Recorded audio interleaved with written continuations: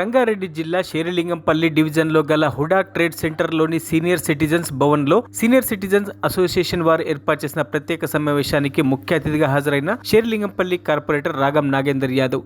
ఈ సందర్భంగా senior citizens మాట్లాడుతూ తమకు సహకరించి తమ వెన్నంటే ఉంటూ తమను ముందుకు నడిపిన కార్పొరేటర్ రాగం నాగేందర్ యాదవ్ గారికి ఎల్లవెల్లలా రుణపడి ఉంటామని తెలిపారు. అనంతరం కార్పొరేటర్ మాట్లాడుతూ ఏ చిన్న సమస్య వచ్చినా తన దృష్టికి తీసుకువస్తే పరిష్కరిస్తానని, ఎల్లవెల్లలా అందుబాటులో ఉంటానని హామీ ఇవ్వడం జరిగింది. ఈ కార్యక్రమంలో జయంత్ కుమార్, వేణు, మోహన్ రావు, పాండురంగయ్య, నరసింహారావు, కాశీ విశ్వనాథ్, యాదయ్య, బుచ్చయ్య, డాక్టర్ మాణిక్ ప్రభు, అసోసియేషన్ సభ్యులు పాల్గొన్నారు. ఈవినింగ్ వచ్చేసి క్యారమ్ బోర్డ్ ఆడటము, చెస్ ఆడటము, తర్వాత టీవీ చూసుకోవడం, ఎవరికి ఇష్టం ఉన్న వాళ్ళు చేసుకుంటున్నారు. ఈ రకంగా దినదినాభివృద్ధి చెందుతోంది.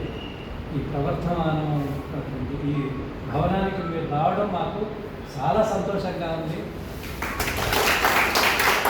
వారు ఇచ్చినటువంటి ధైర్యానికి ఈ మనం నిలబడుతున్న ఈ నేలంతా కూడా వారే చేసింది.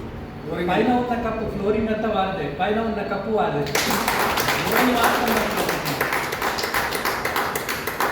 ఫ్లోరింగ్ పైన షెడ్ మొత్తం వారే చేసినారు. వారి ద్వారానే జరిగింది. దౌర్ఘంగా మనకు సహాయం చేసినట్టే వారు.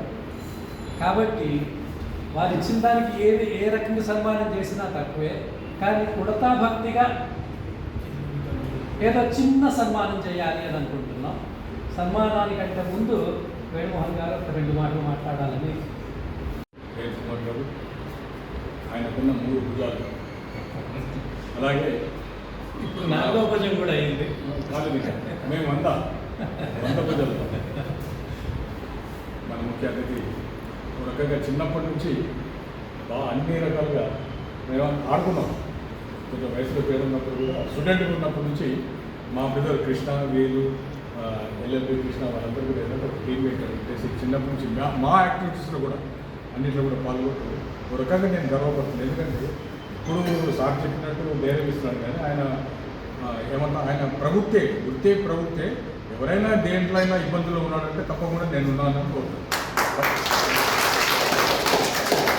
ఉన్న అధికారం ఉన్నా, పని ఉన్నా, లేకపోయినా ఇండివిజువల్గానే ఒక డేరింగ్ పర్సన్. అందుకని ఏంటంటే నేను బాగా లైక్ చేస్తాను అతన్ని. చాలా మంచిది.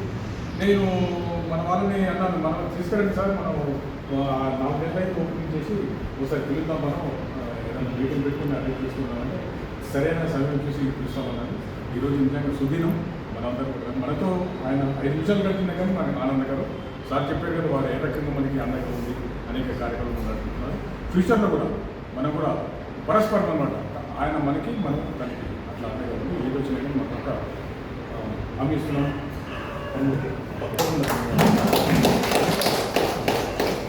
Thank you sir. చేసినటువంటి పెద్దలందరికీ, దాంట్లో భాగంగా మరి అసోసియేషన్ అధ్యక్ష, కార్యదర్శులు, కార్యవర్గ సభ్యులు, మెంబర్స్ అందరూ కూడా పేరు పేరులో నాకు నమస్సుమాన్ని తెలియజేస్తున్నాను. నేను సీనియర్ సిటిజన్స్ అనే దానికి నేను భవిష్యత్తులోని వాళ్ళు ఎప్పుడు కూడా యవ్వనంగా ఉన్నటువంటి ఆలోచన చేయాలని చెప్పేసి నా ఆలోచన. సీనియర్ సిటిజన్స్ అంటే వృద్ధులు, వయోవృద్ధులు అవన్నీ కాదు. ఇప్పుడు కూడా నిరంతరం ఆలోచన చేసేవాళ్ళం, నిరంతరం ఒకరికి సాయం చేయాలనే ఆలోచన ఉన్న వాళ్ళు పెద్దలు అంతా. మీరు పిల్లల్ని ఎట్లా చూస్తారు, మరి సమాజాన్ని కూడా ఆ రకంగా చూస్తారు. కాబట్టి నేను అదే కోరుకుంటా, మీరు ఎప్పుడు కూడా పెద్దతనంతో పెద్దగా ఉండాలి, మంచి ఆలోచనతో మమ్మల్ని ముందుకు జరపాలి.